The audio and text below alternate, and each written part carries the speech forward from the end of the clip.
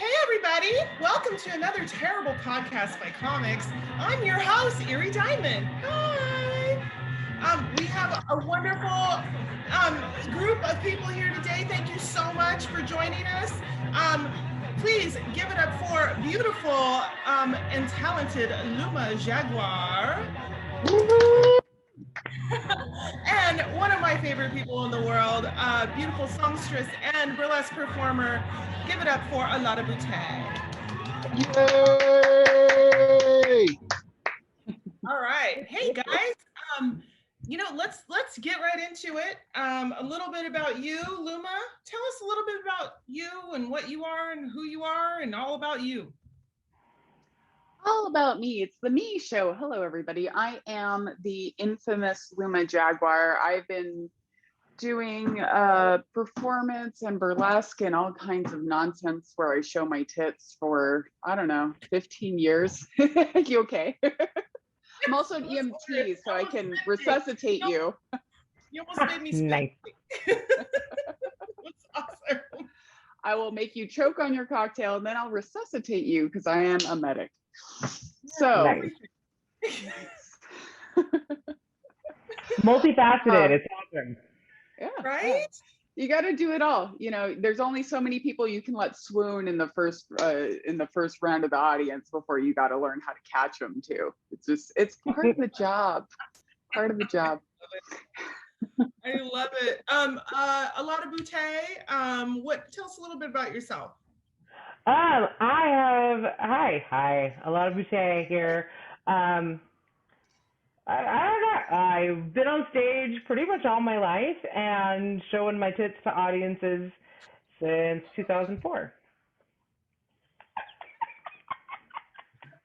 You're welcome. I'm just running with this whole tits theme. We're running with the tits theme.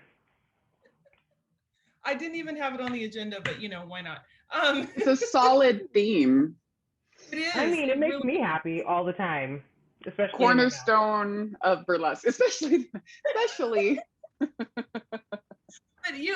Alotta Boutte, you're also, you're a professional singer, dancer. I've actually seen you dance your ass off on stage before. You're actually in way better shape than I am. I get winded. That's all I'm saying. I get winded. But let's just say my cardio is like pandemic shape right now. Well, I just want you, I actually put up a post with all my shows coming up next week because I have a lot of shows coming up next week. Hi, Jason. Mm-hmm. And in the thing that to get people like, hey, you want to come out? It was like, hey, come and see the shows that I'm in. I gained pandemic weight. Come watch. Like, just like, I saw that. I saw that, and I saw that you're gonna do a show at Vinny's in Concord, which is like my old school stomping ground. So I'm all about it. Yeah, come on out, girlfriend. I'll be there. So Luma, tell us, how did you get into burlesque? It's not like I was discovered by Jim Sweeney. Oh, that guy? that old guy? I'm that old guy. I am an old school hubba baby, and I started performing with Jim specifically like about 3 years into the start of that show. What are we at now? I don't know, a million years later. Long time. Many years later. So I had actually been working as a professional dominatrix, and a friend of mine was doing his own fundraiser out at the DNA Lounge, and he was like, hey, can you wear one of your cool like dommy outfits and like help me out? And so to help sell raffle tickets, I was selling spankings. And Jim Sweeney just happened to be there, and he's like, hey, we need a card girl. My card girl's like out of town next week, blah, blah, blah. So then I started with the card girling with the hoorays. And then he saw me belly dance. So then I started doing the very first Monday night hubbas, which were at the Uptown Club, like a million trillion years ago originally. And it just kind of took off from there. So since then, I've done tons of stuff for hubba specifically. I've done go-go dancing. I've done featured acts. I've been the poster girl. I've been the card girl. I've even bounced people. So don't fuck around with my go-go dancers because I will throw you out. Hell yeah. As it always should be. Yes. I'm sorry. You also belly dance. I mean, come on, girl. Knock it off. I won't. Well, You're the one good. thing I did, the one thing I knocked off was the fire eating. They don't let you do that at DNA anymore. So. Oh, well. Yeah. Wow, so interesting. So you just kind of fell into it almost. I mean, that's very interesting. And was there any kind of, hesitancy? Like, did you take classes? I mean, at that point, I had been training in Egyptian cabaret belly dance for about 5 years. And the reason like I know Vinny's and all those like East Bay spots is because I was belly dancer out at El Morocco in Walnut Creek. I was doing Pleasant Hill. I grew up out that way, and they didn't like, I was a goth kid with green hair, and like half of it was shaved off.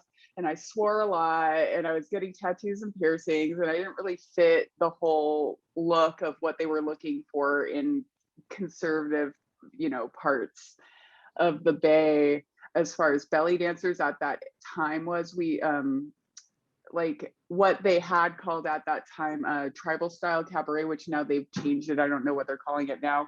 That wasn't much of a big thing. So it was all about the glamorous showgirl looking belly dancers, and I did not look like that. And so when Jim approached me to do burlesque, get into the burlesque community, I just dove right in. I was like, oh, my people, these are all weirdos who are sparkly and tattooed and of all shapes and sizes. And also seeing people of other ethnicities was really cool because I'm actually mixed race. I'm South American.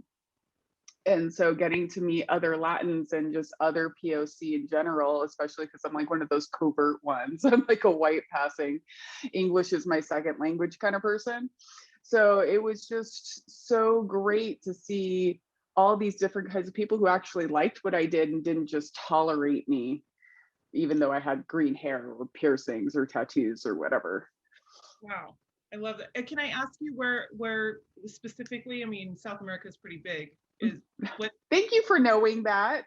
Some people don't. Been there before. Where specifically are you from, or your Lima, family? Peru. From Lima, Peru. Oh, very cool. I've never been to Peru. It's gorgeous. Let me know. I'll take you. Yeah, we can go to Lake Titicaca. Oh yes, that's where that comes from. That's where that comes from. That's where that's at. I've been to Argentina, so yeah, which gorgeous, is full of beautiful people. It was. I was speechless how gorgeous everyone was there. But no, literally, I was speechless. We were on a train. I got on a train, and there was this man sitting across from me, and I was so beautiful that I couldn't speak. And Ben was sitting next to me, and he was like, "So where are we going next?" And I'm like, and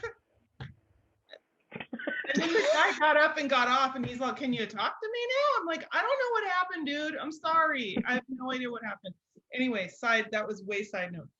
So Alotta Boutte, tell me a little bit about how did you fall into it, get into it? What were you like? Kind of by accident. My clothes.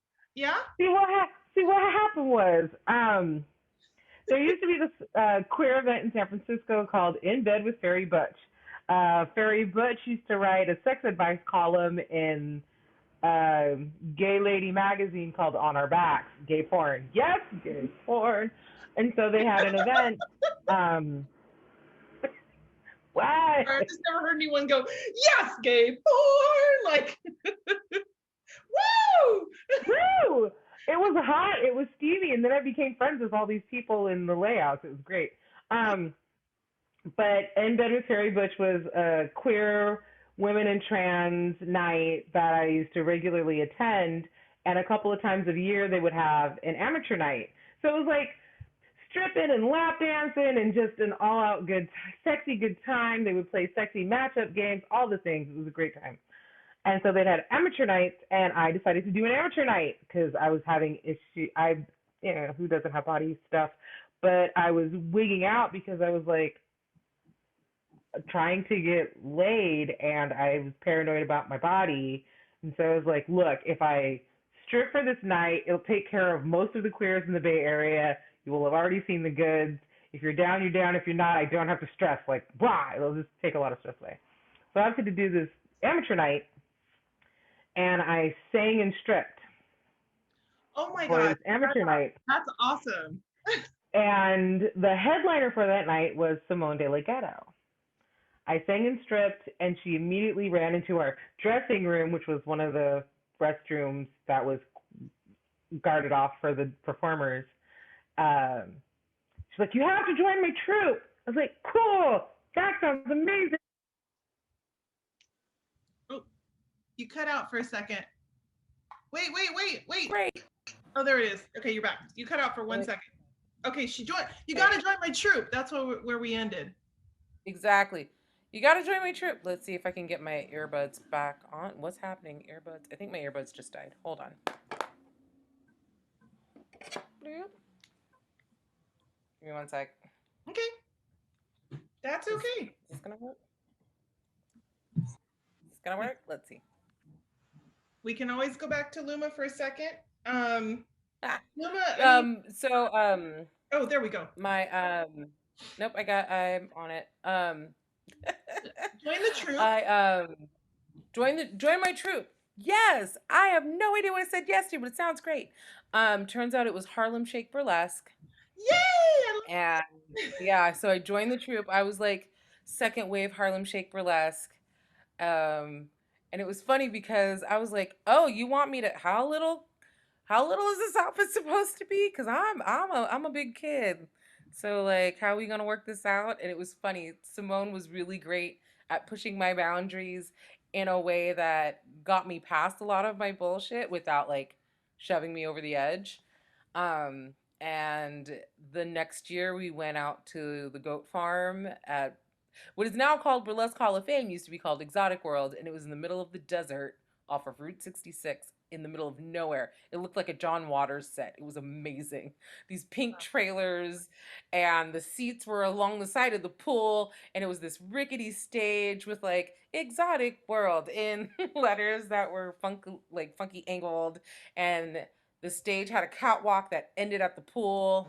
And it was just a bunch of glamour girls in the middle of this desert in this dilapidated trailer, like trailers mashed together to make the museum at the time.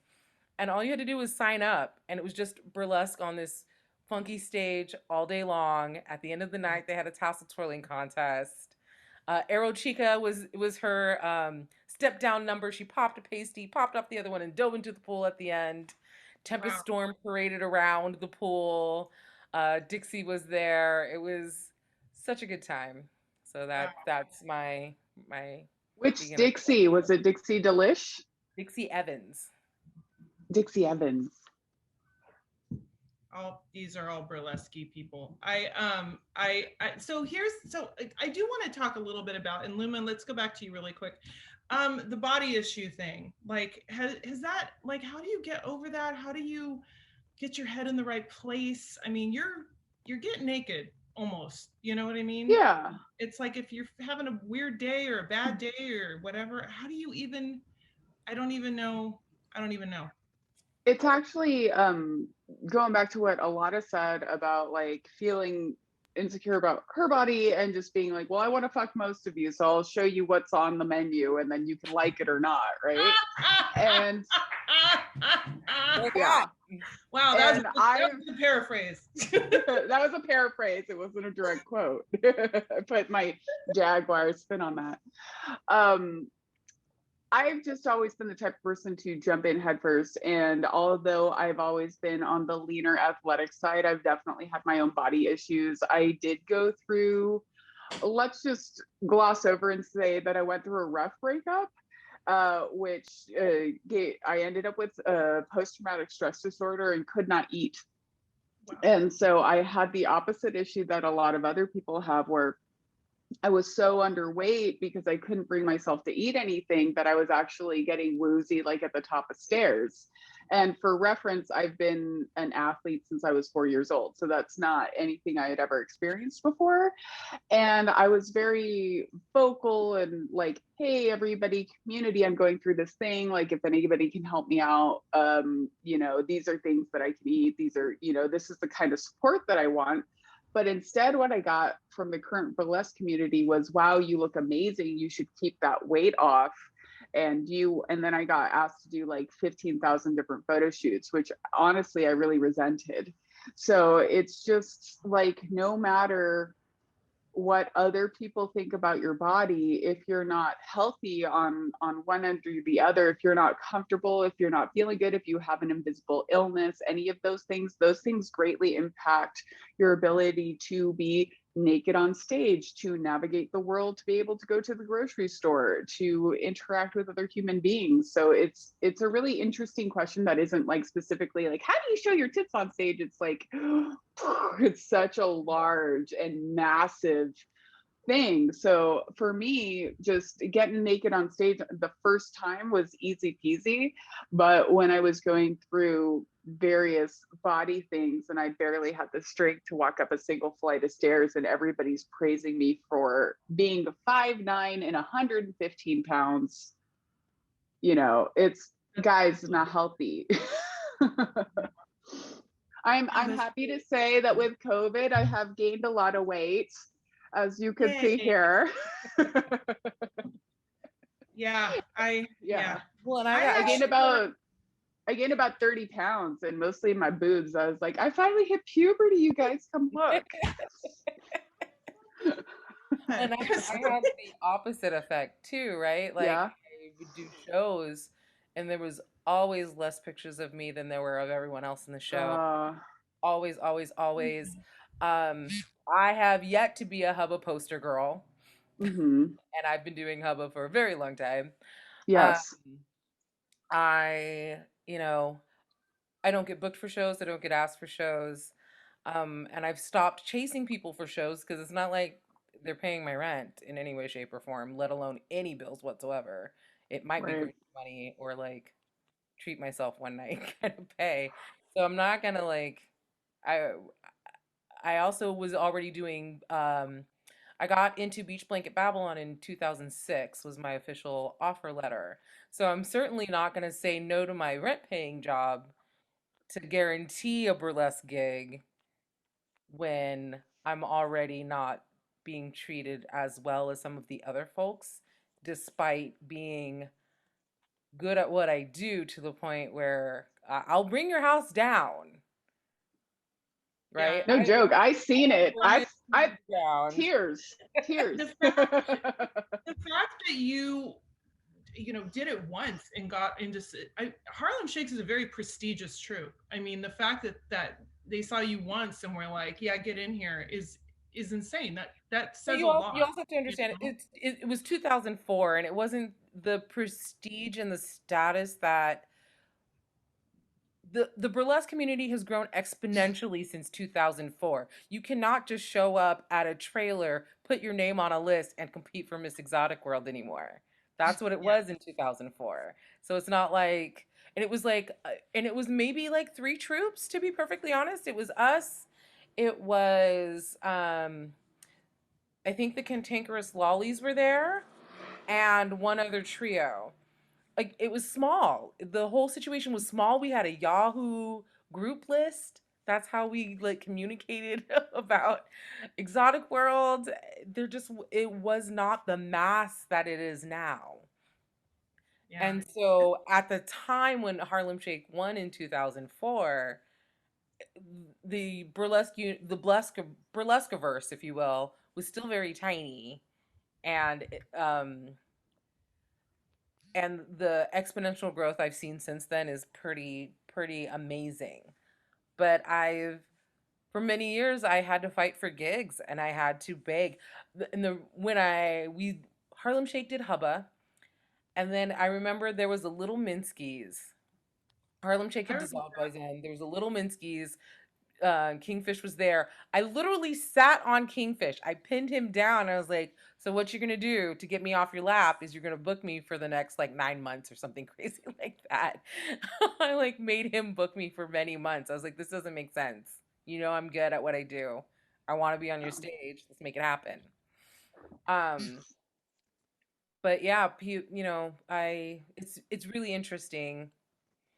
Now I I do feel get like I should have told him to be on the show, but he's probably exhausted from last night. But absolutely, to and I chime don't in, begrudge him what he does, and I know producers they have all kinds of other things that they deal with, um, that I'm not fully versed in because I'm not a producer, but and I see shows go by, and I'm just like, especially the specialty ones, I'm like, hey, I'm black, hey, I'm queer, hey, no, really, I'm still here, I ain't gone nowhere, and sometimes it's uh, yeah. I I know that feeling. I get skipped over for the Latin show every single time. Every single time. And it really, really sucks when you know that you're good enough, but because of the way that you present, I'm white passing, and to just have people be like, no, you don't look X enough to be in this specialty show that is all of the bullet points that you hit. That sucks. Yeah. Yeah, I mean, um I look black, but my mom is she light skinned. As Mhm. my as my as my family would say, she was high yellow, and I watch it all the time for all of my life. Whenever I show up and I say, "Hey, mom," the look of surprise on people and disbelief on people's faces. No one believes I'm her daughter, and they're always shocked when I am, and they always assume that my dad is the black one and not my mom.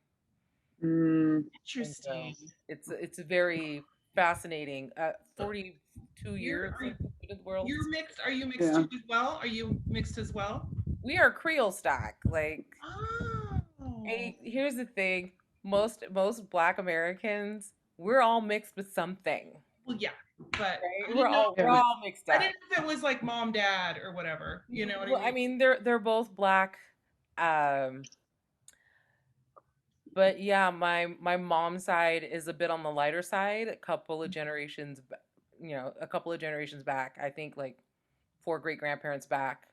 My great grandma Sidonia, if I recall correctly, she was a strawberry blonde, and very fair because slavery is a bitch. So, um, I mean, I can say the words, but we don't need to go there.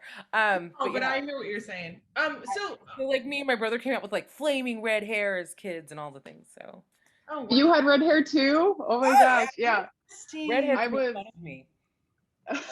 Oh, that's so interesting. That is so Um, funny. Like I was going to school only speaking Spanish in Northern California with not quite this red hair, Mhm. obviously, but the auburn hair, and the Mexican kids did not know what to do with me. The white kids didn't understand what I was saying. They didn't know there was a country other than Mexico. So they were just like, what is this alien? wow, what a crazy experience.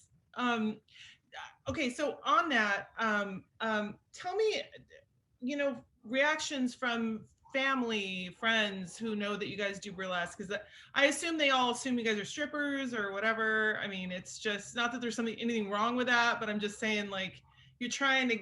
I can't imagine what that's like to be like, no, no, no, it's not. It. I assume it's similar to when I came out as like a really hardcore death rocker, and it was like, oh, you worship Satan now? I'm like, no, honey, that's not, what are you talking about? It's just music and clothes. Shut the fuck up. Like, you know what I mean? So I'm curious, Luma, like what friends and family, I mean, friends probably no big deal, but anything weird? What's reactions? I got pretty lucky. So, in the infancy of social media, I'm posting all of there was a photo of me from the Starlight Room, and I was balancing a scimitar on my head. and I had cut off a fishnet bodysuit with a switchblade knife. So I'm just standing there with a sword on my head, a switchblade in my mouth, and cut off remnants of like these fishnet bodysuits. And just at that time, I was just very like, fuck you about everything. So my pasties were just straight up electrical tape and the tiniest G-string you ever seen. And that was the day that my dad decided to join social media. Oh my God. So he's like, Luma, what is this? Do you do this sex for the money? And I was like, no, I'm a burlesque artist. He's like, this is stripping. I was like, I don't make any money off of it, so it's for art. My dad's, it's for art, isn't it? Yeah, art is okay. Art, you don't have sex for money. Art is okay. I was like, thanks, Dad. Nice. So it was pretty mellow. Oh my God, I love that. I love Yeah. that. Alotta, what do you got, Alotta? Come on, Alotta, tell me all about it. It was a whole entire mess. Oh no! Oh man. No. First of all, how'd they find out? Well, wait, how many times have you come out to them? Like, that's the other thing I want. All of the closets. Oh, There's so many things. Like, and there's still things I need to. I don't need to, but there's still things I could come out about. But let's just spare my mother. It's fine. Okay. So fun fact: Boutte is my mother's maiden name. Oh my God, shut up. Really? Yeah, that is like a legit name. There's a town in Louisiana named Boutte. Anytime anyone goes to Nolens, they send me, oh, there's this Boutte, and I saw this Boutte in the Jazz Museum. Is this your cousin? Is this? I mean, this, yes, Boutte is probably my cousin. I have no idea who they are. My family's massive. Which means the grapevine is just as massive. So, the first big row that happened was family found my MySpace page, because MySpace, and pictures on my MySpace page not only included some burlesque stuff, but also the Full Body Project. The Full Body Project was a coffee table book of artistic nudes done by Leonard Nimoy. Yes. The Leonard Nimoy. Yes. So Spock though, but That, like Spock though. Spock is taking pictures of me naked.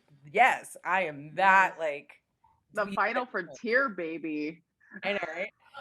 So my family is blowing up my parents because heaven forbid they come and talk to me like a goddamn adult. They're blowing up my parents. Did you know Chevette has nudie pictures on the internet? Oh yeah, my mom thought I was porning it up. And I was like, Ma, if I was in porn, I would not need to work 2 jobs. Telling you. First off. Telling you. First off, and then some. If I was doing all the sex work everyone's assuming I'm doing, I would not need you to bail me out for rent. Like that's, let's get that straight.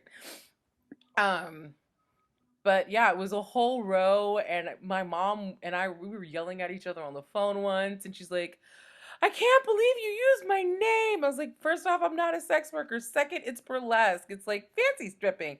She's like, how could you do this? Sir, aren't you embarrassed? And aren't you ashamed of your body? Like all the things. And I was like, no, I'm woman. And she's like, but it's my name. And I was like, and it's funny. If you grew up anywhere outside of Louisiana, outside of your family, you would have heard this joke by now. Are you kidding me? No one ever made fun of her with her last name? She grew up around a bunch of people with the same name. Oh my God. Family name. There isn't like hilarious. money in like Thanksgiving. Like, I know, I got Boutte too. If I even more this, meal, I'm going to have even more Boutte. Like, there was no jokes. When I tell you my mom grew up around a bunch of people with the same name, my mom's parents have 40 acres in Louisiana. And the 40 acres around them are all from the same family. Oh my God. Like, we're talking That's a lot of Boutte. So like, that is a lot of Boutte. There's a lot of Boutte in it, Luma. And there's like, when I tell you there is a town, like, again, people go to Louisiana and send me pictures of anything with Boutte on it. There's like a rib shack named Boutte. There is an actual town in Louisiana named Boutte. So for them, it's a common name. It's all over the place. Boutte is very common in Louisiana. My family's massive. There are a ton of folks with the last name Boutte. Out here, not so much. And I have a huge ass. That comes from the Bertrand side, which is my grandma, my mom's mom. And so I was like, Ma, it's funny. I'm sorry. Deal with it. I'm using the name. It's my stage name. It's fine. But it's my name. But did she TM it though? Cause Right? I'm like, it's a way for me to keep my family with me on stage. That's how I love it and look at it.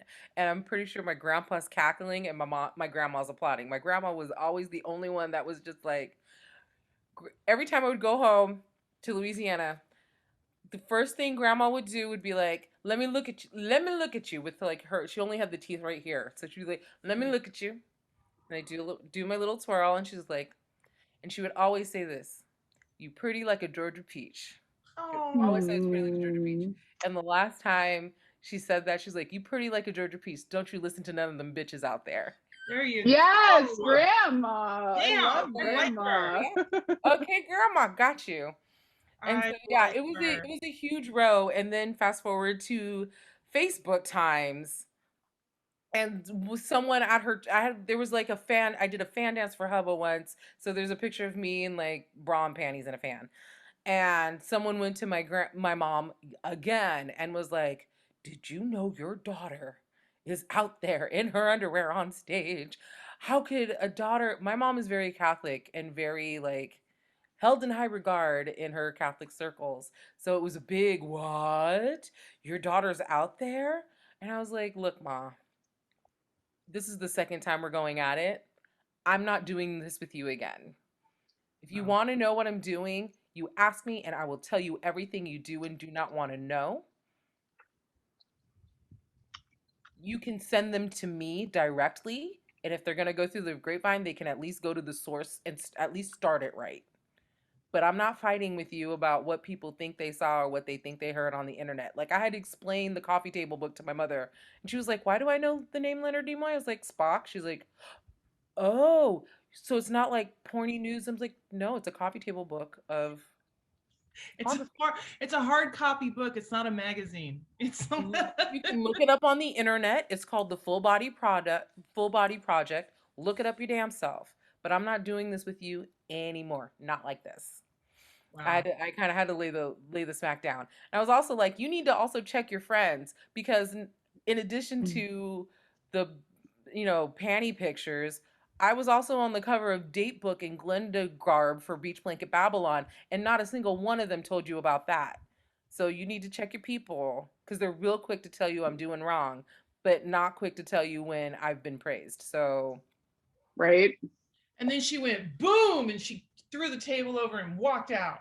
No, I don't know. That was what I was. Honestly, like me laying that hammer down a bit completely changed our dynamic and relationship around my performance stuff. And she's been really good since then. Oh, that's great. Did you feel like then you graduated from being the daughter to more of a friend? Did it change your overall dynamic with her?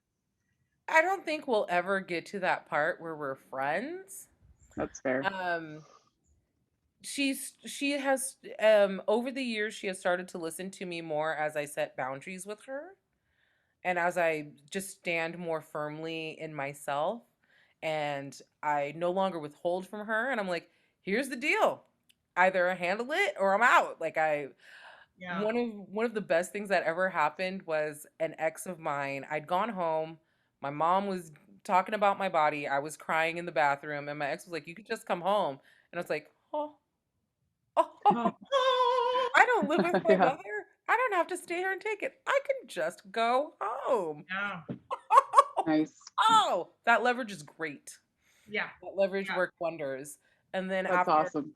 And then after my dad passed, it was like a trap door kind of fell out from underneath me and all this extra minutia shit, like sparing certain feelings and whatnot and not really speaking my truth and biting my tongue and all this stuff. No, I don't do that with her anymore. I don't let her talk over me. We like our dynamic shifted a lot. And I think in the way that I shifted, it reminds her of my dad. And now I'm one of the people she actually listens to. She trusts me in a way that she doesn't trust a lot of people. Like my brother still lives there and he's like, "You need to talk to mom because she only listens to you." And I'm like, "Okay, what happened?" And then I go handle some situations.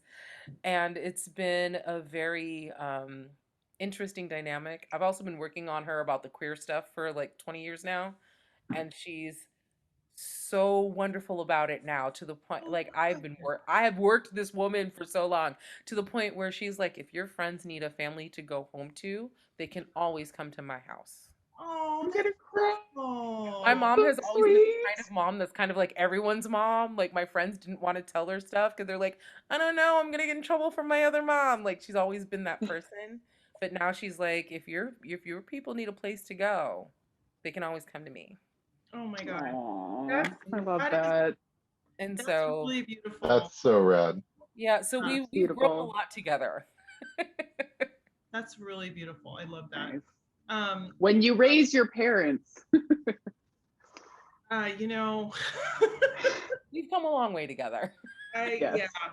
yeah. Haven't we all? You know, you grow up and then you kind of have to. Yeah, I know. One of my biggest nightmares actually is waking up and I'm living with my mom again, and I'm like, fuck. Now I got to go get a job and make some money and then move away again. Like, Well, I had to do that thanks to this panini of doom that we've been living in. Oh, Well, yeah. Beach Market had already closed, yeah. and then everyone lost their jobs, Mhm. and then unemployment assistance disappeared, and we couldn't make Mhm. rent, and we had to go somewhere to not pay rent for a minute so we could catch up because debt Yeah. was just mounting. And I moved in with my mom for 3 months at the end of last year. I mean, fortunately, my mom and her boyfriend, they're bi-coastal, so they were in Atlanta at his place while we were there. But it's not the house I grew up in. It's the house they had after, and my dad wasn't there anymore. It was all weird, anyways. Oh yeah, weird. Hmm. But sometimes you gotta move back home. That's like the one thing. Oh yeah, I no, was no, like, no. bucket list, never move back home with mom. No, honestly, like if I had to do it, I would do it, but I would rather live in my car. Honestly, if you my mom is a wonderful person, don't get me wrong, but she will control the fuck out of you if you live with her, and you don't want that. Like No one wants that. that's the only Don't problem. want Yeah. that. It's anyway, we don't talk about my family. My Nobody wants to hear about that. Woo, I got a crazy ass family. Actually come listen to my stand up. You can hear all about it. At Vinny's. Vinny, Hey. At Vinny's. I'll tell you about how I used to be half Mexican, Luma, actually. Okay. Yeah. You gave it up. Kind of found out I wasn't. So anyway, Oh shit. I Yeah. found a half brother. yeah, I- that happens.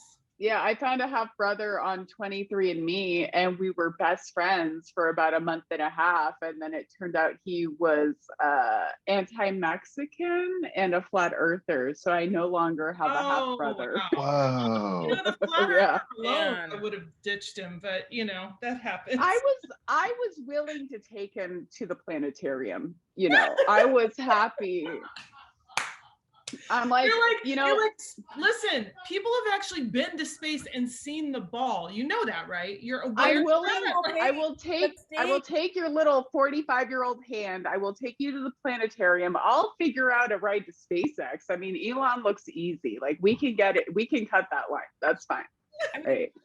But being racist, Yeah, being racist isn't gonna work. That's not gonna work. that I'm not gonna fix, man. Yeah, right? Don't. People love to be racist against Latins to me. And I'm like, pero que me dijiste? ¿De dónde soy yo? And I'm like, I get angry. I will cut you. Oh So. my God. Do you cuss in Spanish when you get really mad? Do you start cussing in Spanish? Yeah, either really That's mad so or really hot. drunk. I love that. I love that. Well, make me mad and buy me a drink then. Oh my God, I love that. It's just, you just sound so much angrier when you're angry in Spanish or you're angry in a different language that I don't understand. Yeah. It just sounds so much angrier. Like, Yeah. I picture Selma Hayek. oh Yeah. my God, right? So hot. Desperado. We just rewatched Desperado, and then she learns how to like throw knives and stuff, and that's great. That's Hot. yeah. That's who I aspire to be, is an angry Selma Hayek with knives. So, okay. Oh, I love you more. Don't we all? Don't we all? Ugh. I love you guys too. Yeah. I want to be part of it. Do it. I used to be half Mexican. I can be part of the club. You can be half Mexican again. I know a whole bunch of cuss words too. There you go. That's all you need. Yeah, I'm married to a brown person, so I learned all the cuss words. So, perfect. Right? Okay. Show fails. Let's lighten it up a little bit. Let's talk about some show fails. Luma, you got some show fails, girl? I'll go second. Alotta, you got something? I gotta think about it. Alotta, I am assuming there's pasty troubles because your boobies are gigantinormous.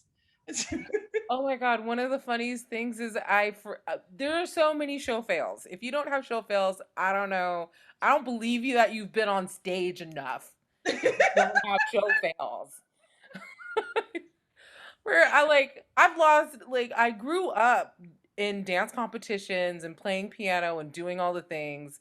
Like, I've been in the middle of a dance competition, in the middle of my number, and my tap screws came loose, flew out, so I've got like a tap just like spinning around my foot and dancing without glasses, and I'm doing my turns and I'm getting dizzy because everything's black because of the wings and everything's black.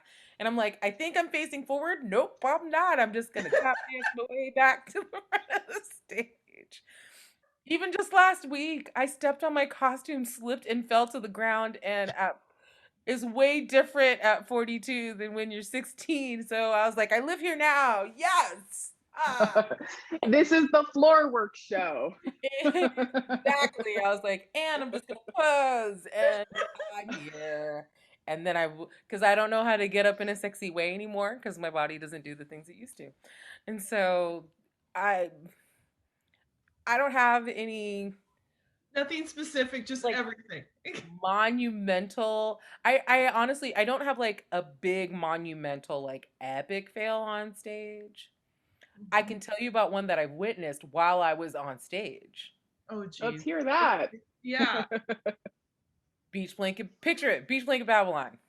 There have been several fails on that stage for me. Mostly because no one told me they had made changes. That's always fun. But this monumental fail was great. So, to set the scene, Kurt Branham is one of the funniest, most brilliant performers I've ever had the honor of being on stage with. So he is on stage as Dick Cheney. I am Condoleezza Rice-A-Roni with a giant Condoleezza Rice-A-Roni on my head. And then Paulino is W with these big fake ears and like a star-spangled cowboy shirt and all the things. And so it's a face-off. Think like Sharks and Jets, right? And so opposing us, we have Nancy Pelosi in her leather getup, and her backup chicks are Dianne Feinstein and Barbara Boxer with the huge bullet bras and these big bouffants and giant poodle skirts, right? We're facing off to And I'm Telling You. Kurt Branham is out there. He goes after Nancy Pelosi and he's singing about George Bush. And he goes, no, wait, as he's backing up. Man trips on his own heel, and I can't turn fast enough because I got Condoleezza Rice-A-Roni on my head, and all I can see are Kurt Branham's feet in the air because he fell on his ass and rolled back like a turtle. So his feet are in the air.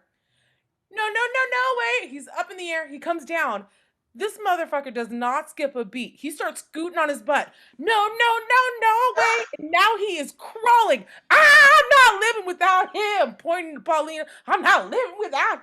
I am dead. Oh my God, I'm laughing so hard. Everyone on stage is trying to hold it together and no one can.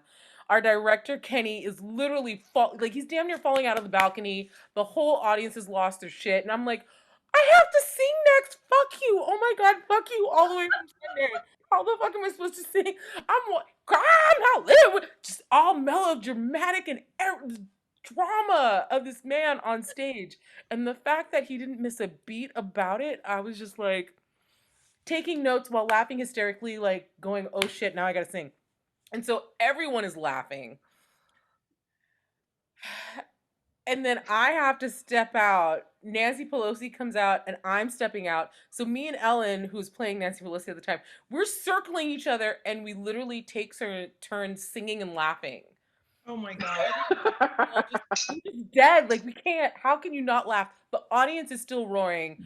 Kenny's like bent over the banister. It was just one of the most hysterical things I've ever gotten to witness on stage. Oh my God. And then I'm supposed to be like, you better love. And I could barely get it out because every time I would open my mouth, it was just laughter. By the way, Bob is here. Memo! I miss you so much. Robert Memo is here, and Luma, in case you don't know, he's my best friend, and he actually was the props master on that show. He made props, he ran the show backstage, the prop part, and so he is here. If you want to chime in there, buddy. Oh, I'm not made for this. I don't have a script or anything here. Do you remember? You're a backstage guy. Oh my God. Unfortunately, we were so far backstage that we are only hearing it through the monitors and wishing we could have been around front that night. And we're trying to set up for the next number. So we're like, I have to stop listening to this because otherwise the next number is not going to happen. So we're laughing our asses off, trying to keep it together and realize that, there's more things that have to happen in this show. And then we're getting little bits and pieces as people are coming off going, oh, you should see what happened. And Kurt fell and oh my God. That was pretty much it. It was awesome. But those happen so many times there too. So many times. So many times. Bob used to tell me the Sunday shows were great because the Sunday shows, a lot of times the director wasn't there. So they would fuck around so hard and just fuck around. Every once in a while you'd hear about the director would hear about it and be like, what did you do? But anyways, okay, we're getting off topic. Luma, girl, I need to hear your show now. I need to hear it. Let's do this. All right. I have thought about it. And the reason it took me a minute is because I am a trained clown. I'm a trained mime. I don't take myself seriously. So when I fuck up on stage, it becomes part of the act. Just like a lot of it's like explaining, like this performer fell on their ass and turned it into part of the act and it brought the house down. But some things that I have worked through on stage that were difficult were medical emergencies. So if you haven't seen me perform, I have also been training for martial arts, specifically in live steel sword fighting for the last 15 years. Nice. And I get bored easily. I guess. You're making me feel bad. Girl, come to my warehouse. I will train you. Let's do it. I'm down. All right. We were doing these live shows at the Great Star Theater, and we were doing, I'm blanking on the name of the movie, but it's Big Trouble in Little China. So the Great Star Theater is in Chinatown, and that movie was filmed there, and it was back in the 80s. It was very casually racist. All of the Chinese people in the background were Mexican. It's just like very casually racist movie. And they're like, we need live sword fighters. And I'm, as far as I know, one of the only people who do that. So I brought my fight team. And I'm fighting. I'm verbally sparring the director. And I'm like, if you want us to have a live steel sword fight in front of the screen of the movie, in front of the moviegoers, we have to be on the stage. So there's audience, there's floor, there's stage, there's movie screen. And if you don't know, the screen that a movie is projected onto costs more than a house. It's like, if you have a choice between hitting that with your sword and falling on your own sword, you fall on your own sword. Like, they don't want you to mess with it because it's very expensive. So you have to be super aware of that. My sword sensei and I were the only ones fighting with live steel. Everybody else had plastic swords or rebar swords or something a little safer. But sensei and I I've been doing this 15 years. He's been doing this 35 years. So we're like, we got this. But the director's like, the lights are going to be completely out. And I said, no, we need footlights for safety. He said, it's going to mess with the production of the movie. I said, no, it won't. He did not put the footlights on for us while I was fighting with an actual steel sword. So I lost my footing, couldn't see. I go and we have choreography, and my sensei goes for the decapitation cut to my neck where I am meant to block, but I slipped and I caught that sword in my mouth, like right here. And if my sword sensei had not been doing this for the last 35 years, he wouldn't have pulled away from me the moment he felt flesh instead of steel, and he would have broken my teeth. And so with his skill, he pulled that sword away and we finished it. And I walked up to the director backstage and I spit a cup of blood at his feet. And I said, turn on the fucking lights. Hot damn. Like, I love you. I was pissed. As you I needed stitches, but I'm not going to take the time. I got another show in a minute. I'm not going to take the time for stitches. So what I do, Listerine and a bit of super glue. I was fine. Damn. So you're a superhero. Is that what you're telling me? Pretty much. I'm stubborn. I'm actually starting to think you're a spy. That's what I'm starting to think. I'm starting to think you're some kind of a spy because you're like, oh yeah, I can bring you to life. I can sword fight. I can eat fire. I can do this. I can do that. I can swim. I can do that. I know all the things you can. It's insane. And then she just keeps bringing it up. Yeah, I can, just disassemble a bomb and and then make a bomb later. It is. And, it is a superpower. I am a high functioning autistic, so I have very low social interactive skills. I have really high IQ.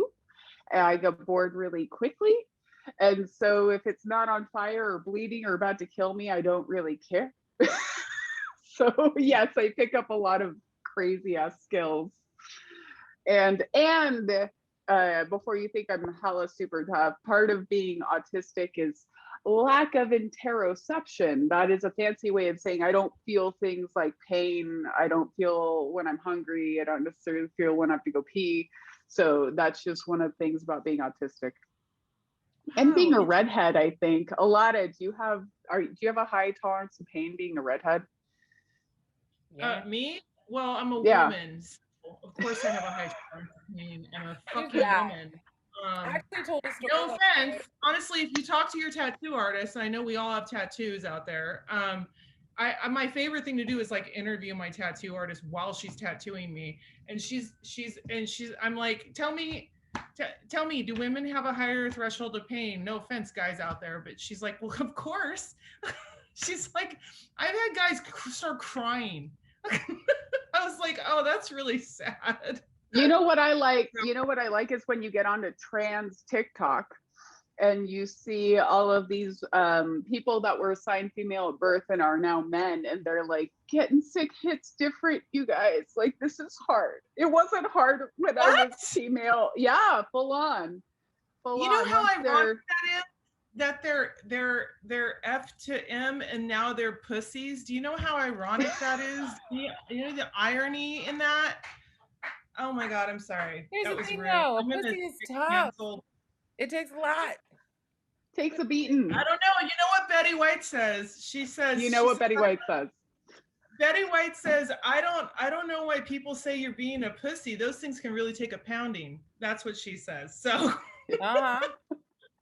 And a fist on occasion. I'm just saying. You know, that's what I'm saying. You want a box? Put in there.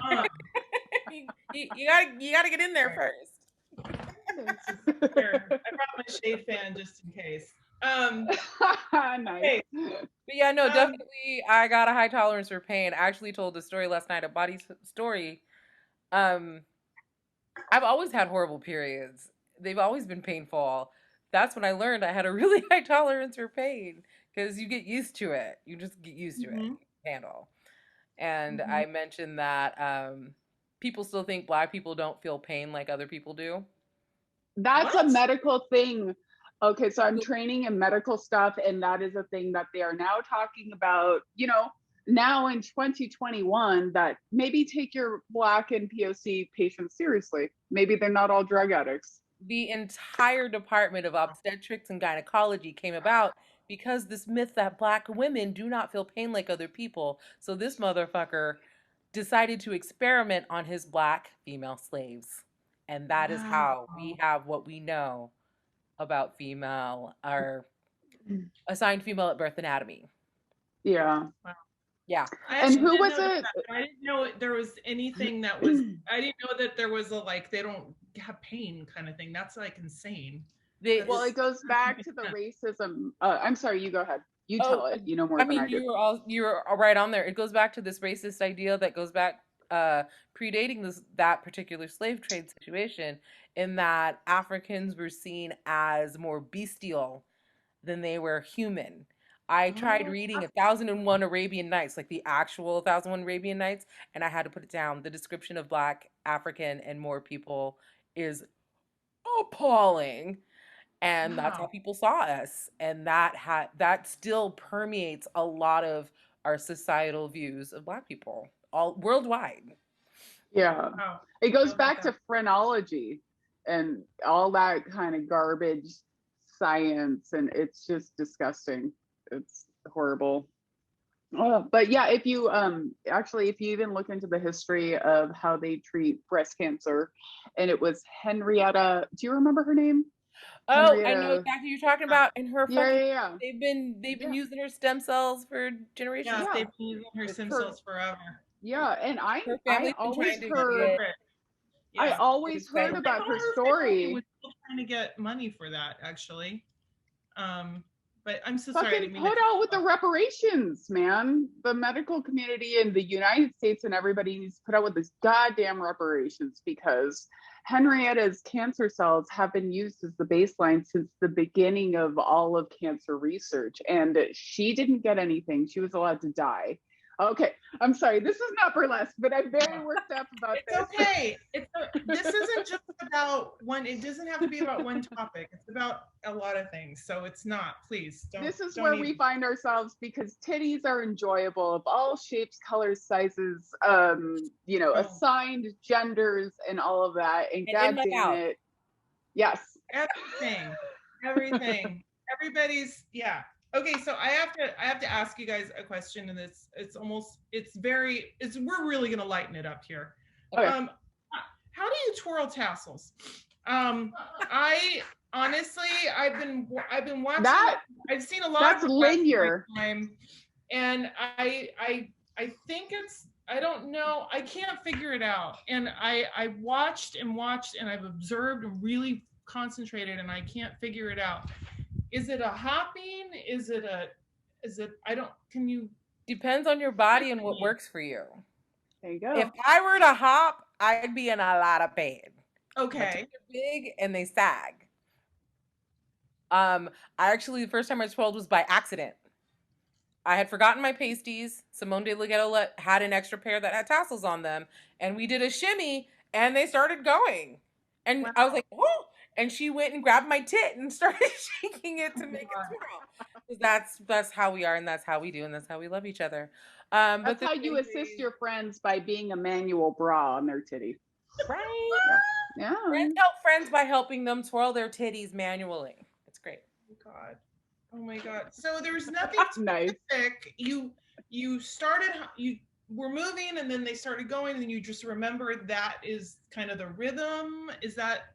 I don't know. Luma, can you illuminate me? I really so for me, my tassel twirling interest began at the age of 4, and that is because I had to select female, I had to select mom ideals from media, and one of my very favorite movies when I was a little kid was Elvira, Mistress of the Dark.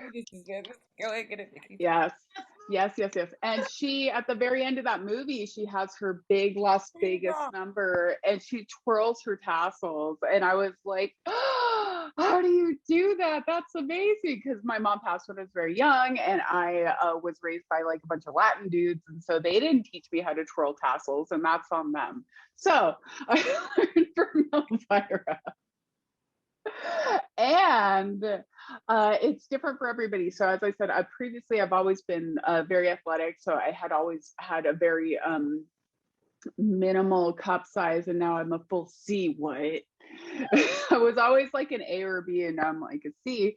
And I put on my tassels just for all of you to see if I could do it, because it's been a long time. So as Alotta was saying earlier, like the burlesque scene has become so inundated with such amazing talent, especially in the Bay Area, that I kind of stopped doing classic burlesque. I started mixing it with martial arts and comedy and all these other things. So I stopped tassel twirling. I think I've only tassel twirled like 3 times on stage just to prove that I could do it.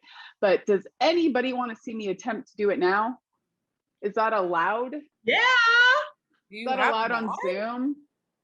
Yeah. I'm prepared. Hells yeah. Oh my God, dude. You're the best. Oh, I'm the breast. You're the breast. I'm the Dude, breast. I will say, while you're getting ready, I will say Yes. I gained 20 pounds in quarantine, and now I have beautiful C+ size boobies. And I just want, there's only one section of my body I don't like right now, and it's because people keep asking me if I'm pregnant. That's the only section I don't. All right. How Yeah, weird it's is awesome. that? See, and I think Yeah, we whatever. pandemic, and the But- last thing I need is bigger boobs. Yeah, Right. you? Yeah, no, I I already think you're need good. cup. I think you're good, honey. I think you're good. All right, are we ready to do this? Do we need music or Okay. something? Yeah, somebody put on some tassel twirling music. What's up? God, do I have any tassel twirling music? Oh shit. Hold on, let me see if I can find anything.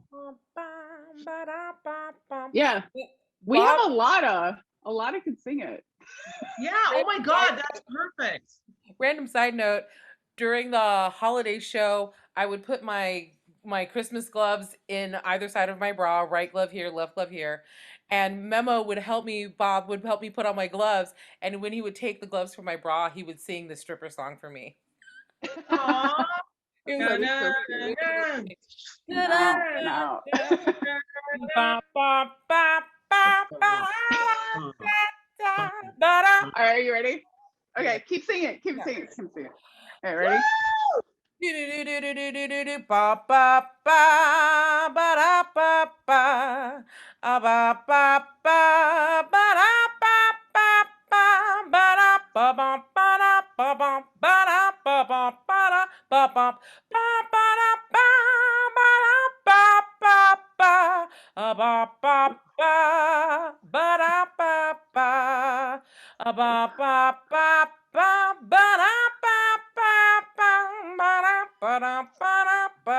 ba ba ba da ba ba ba Okay, it's been a minute. Yay! So to answer your question on how to Doing do it that, one at a time, that takes some skill, man. so Yeah, and that, I've seen people do this, and then see Right. people do this. Like, I took isn't classes that with Twirly Girl, Indigo Blue, when she used to have her pasty. She used to teach twirling and was doing Twirly Girl pasties. So I took a class That's right. and I learned the tricks, right? So my shimmy, if you shimmy, they go like this.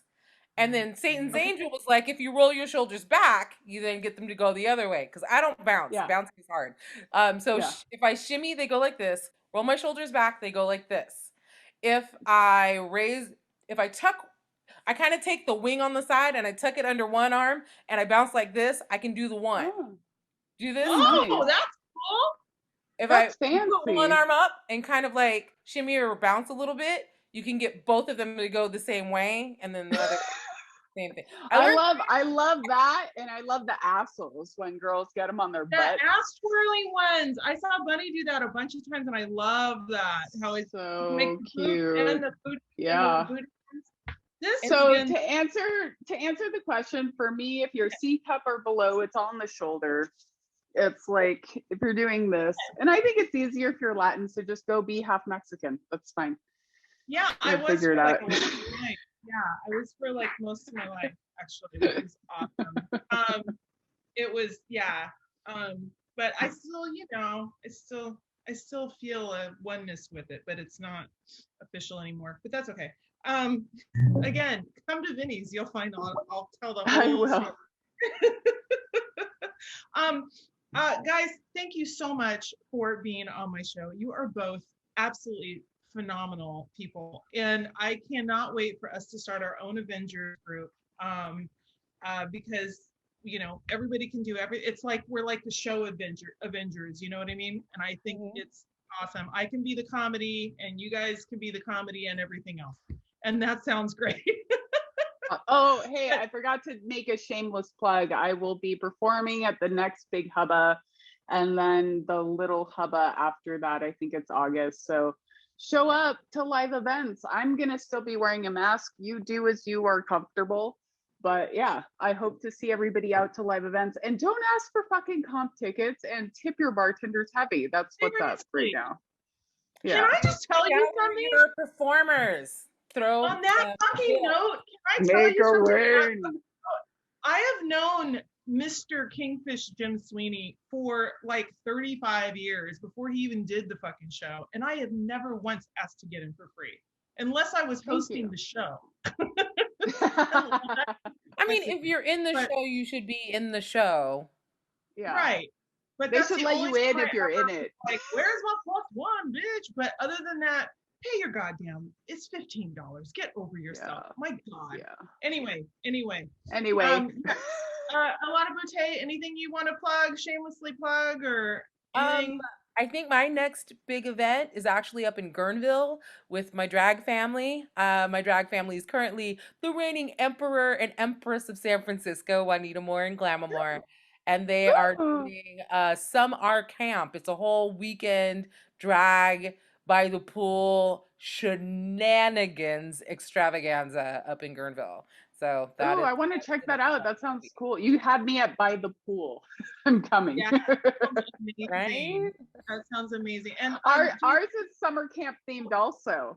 And I'm the poster girl in my Poison Ivy costume. So you might catch Poison Ivy if you're lucky. Promise if you're lucky. Everybody that joined the show, thank you so much. Jason, thank you for tipping us. If you guys do want to tip us, please. Oh, wait, hold on. There, no. Damn it. Hold on a second. I'm sorry. I got to do this. If I showed my tits, you have to tip. Come it runs, therefore it's people. true. Look at this. It's a titties. You guys tip it. Oh my God. I was you got to see beautiful women talking to each other. And someone hit me with one of those money guns. And I was like, oh, new fetish. Oh, yeah. That's what we call the money shot. That's the money shot right there, baby. That is the actual money shot. Exactly. Exactly. All right. Well, I want to thank my guests one more time. Luma Jaguar, thank you so much, my love, for being here. I appreciate you so much, Luma. And of course, the beautiful and wonderful Alotta Boutte. Love you, girl. So good to see you on the show. Also, for me, this coming Saturday, I have Match Game Apocalypse on Zoom. You don't even have to leave your house or put on pants. Yay! Yay! All right, thanks so much, you guys. Thank you, everyone, for joining us. Appreciate you. See you next time. Bye.